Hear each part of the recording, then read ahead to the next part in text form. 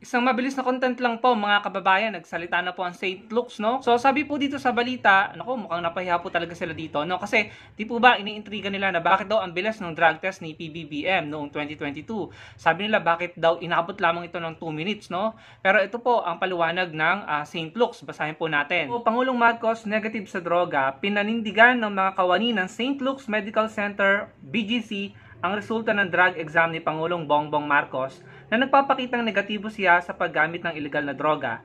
Ayon sa kanila, maaaring malaman sa loob ng 40 seconds or 40 segundo ang resulta ng drug test gamit ang kanilang kit.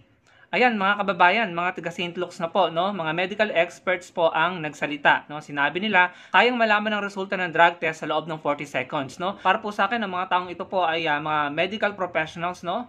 May mga pinangahawakan pong mga lisensya yung mga yan at kapag po sila nagsinungaling, in my opinion, maaari pong bumalik sa kanila yan at matanggalan po sila ng lisensya. Kapag po sila ay nagsinungaling or nagdoktor ng resulta ng kanilang medical test or kung ano man test, no, na ginagawa. In this case nga po is yung drug test po ni PBBM. So sila na po yung nagsabi, pwedeng gawin na mabilis or 2 minutes lamang ang drug test. Ano? Kung gusto niyo malaman yung mga sinabi niya, pwede niyo pong panoorin sa hearing po nung sinasabing Pedialytics, no? Yung hearing ng Senado. Nang inyo pong aktual na marinig ang sinabi niya.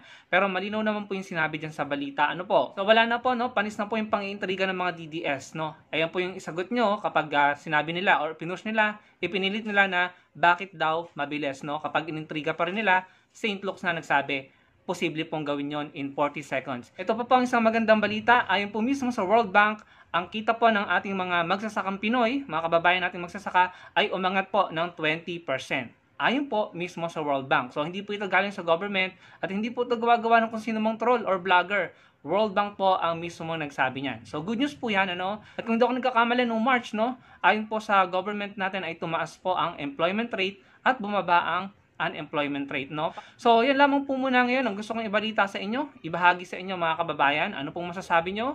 So, wala na po, no? Panis na po ang pang-iintriga ng mga DDS doon sa sinasabi nilang 2 minutes na drug test ni PBBM. Dahil ayon po mismo sa St. Luke's, mga medical professional po yung mga yan, sa akin pong pagkakaintindi, sila po mismo nagsabi, posible nga pong magawa ang drug test within 40 seconds gamit ang kanilang kit, no? So, siguro meron silang special or high-tech na kit na mabilis makakapagbigay ng resulta.